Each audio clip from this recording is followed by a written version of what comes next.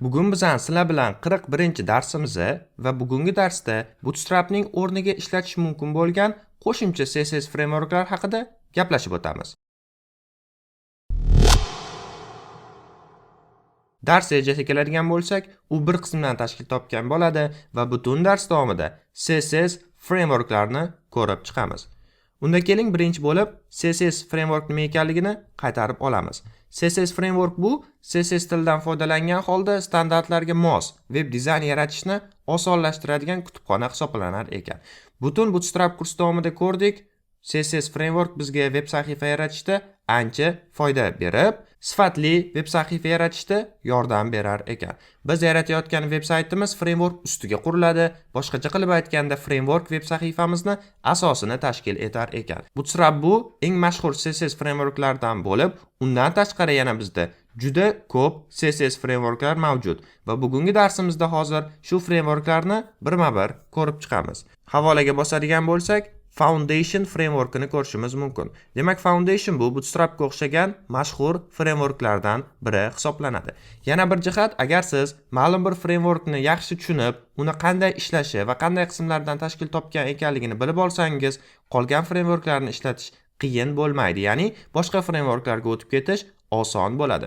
Bu yerda demak ko'rishingiz mumkin, Bootstrapga o'xshab docs qismi bor va agar sites qismiga o'tadigan bo'lsak, mana Bootstrapga o'xshab chap tarafda menu va bu yerdan demak kerakli komponent, utility va umuman olganda o'zingizga kerakli bo'lgan qismlarni tanlab ishlatib ketishingiz mumkin bo'ladi. Demak, bu yerda komponent bo'yicha video, pastroq qismda bu komponentni qanday ishlatish va qanday ko'rinishga ega ekanligini ko'rib turibmiz. Albatta, getting started, ya'ni boshlab olish qismida bu frameworkni qanday o'rnatib olishni ko'rib chiqishingiz mumkin bo'ladi. Demak, Foundation bu Bootstrapga o'xshagan yana bir CSS framework hisoblanar ekan. Demak, keyingi frameworkga o'tamiz va bu Bulma frameworki. Bulma frameworki hozirda eng mashhur frameworklardan biri bo'lib, buni foydali tomoni, siz Bulma yordamida o'zingizda frameworkingizni ham yaratib chiqsangiz bo'ladi. Albatta, bu yerda ham Bootstrapga o'xshab documentation qismida bu frameworkni qanday ishlatishni bilib olishingiz mumkin. Elements qismida kelinglar, bu frameworkni ham tugmalari qanday ko'rinishga egaligini ko'rib chiqamiz. Mana ko'rishingiz mumkin, demak, Bulmani tugmalari quyidagi ko'rinishga ega va bu yerda HTML kod, ya'ni bu ko'rinishdagi elementlarni qanday yaratishni o'ng tarafdan bilib olsak bo'ladi.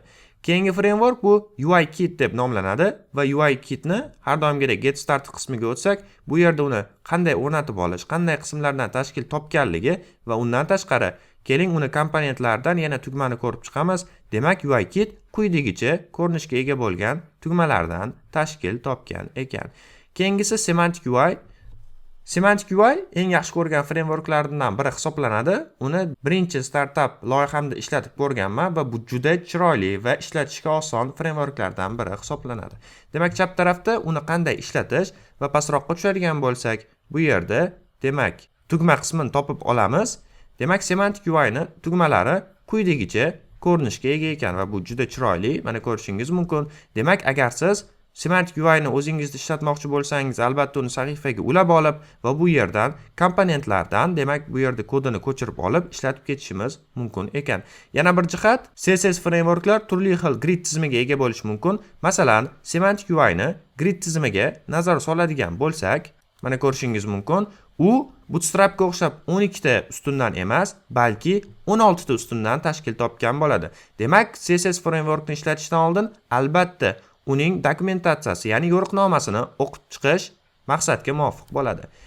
Keyingisini ko'ramiz va bu Materialize UI va bu Google tomonidan yaratilgan framework hisoblanib, mana ko'rishingiz mumkin, ko'p komponentlari Google'da, ya'ni Androidda masalan ishlatiladigan komponentlar hisoblanadi. Tugma qismiga o'tadigan bo'lsak, mana ko'rishingiz mumkin. Demak, bu Google o'zi uchun ishlatiladigan tugmalar hisoblanadi. Demak, siz quyidagicha ko'rinishdagi komponentlarni yaratmoqchi bo'lsangiz, albatta Materialize UI dan foydalanishingiz mumkin bo'ladi.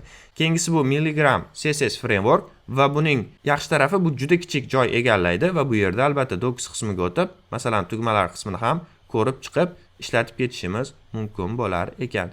Keyingisi bu Tailwind CSS frameworki hozirda eng ommabop va eng ko'p talabga ega bo'layotgan frameworklardan biri Va albatta agar siz Bootstrap kursini yaxshi o'rganib oladigan bo'lsangiz, quyidagi frameworkga o'tishingiz ham qiyin bo'lmaydi.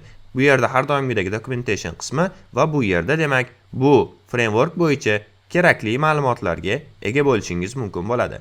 Keyingisi bu misol uchun bir qiziq framework. Bu framework yordamida siz o'z veb sahifangizni eski Windows tizimlariga o'xshab quyidagicha dizayn berishingiz mumkin bo'ladi. Mana ko'rishingiz mumkin. Tugmalar demak o'sha Windowsning eski versiyalaridagidek ko'rinishga ega ekan. Umuman olganda agar siz o'zingizga CSS framework tanlamoqchi bo'lsangiz, quyidagi Bootstrap repo, ya'ni repositoryga o'tib, sahifaga o'tib, bu yerdan har xil CSS frameworklar, ularning turlari bo'yicha ma'lumotga ega bo'lib, o'zingiz uchun tanlab olishingiz mumkin bo'ladi. Mana ko'rishingiz mumkin. Umumiy ishlatish uchun Bootstrap, Bulma, Foundation, men aytib o'tgan frameworklarni bu yerda ko'rishingiz mumkin. Umuman olganda darsimizni shu qismda tugatsak bo'ladi. Demak, Bootstrapdan tashqari bizda boshqa CSS frameworklar bor ekan va aytib o'tganimdek, agar siz Bootstrapning frameworkini qanday ishlatishni yaxshi tushunib olsangiz, boshqa frameworkka o'tish hech qanday qiyinchilik tug'dirmaydi. Va endi darsimizni shu qismda tugatamiz va endi keyingi dars biz uchun kursimizning oxirgi darsi hisoblanadi va u darsda kursimizni yakunlab olamiz.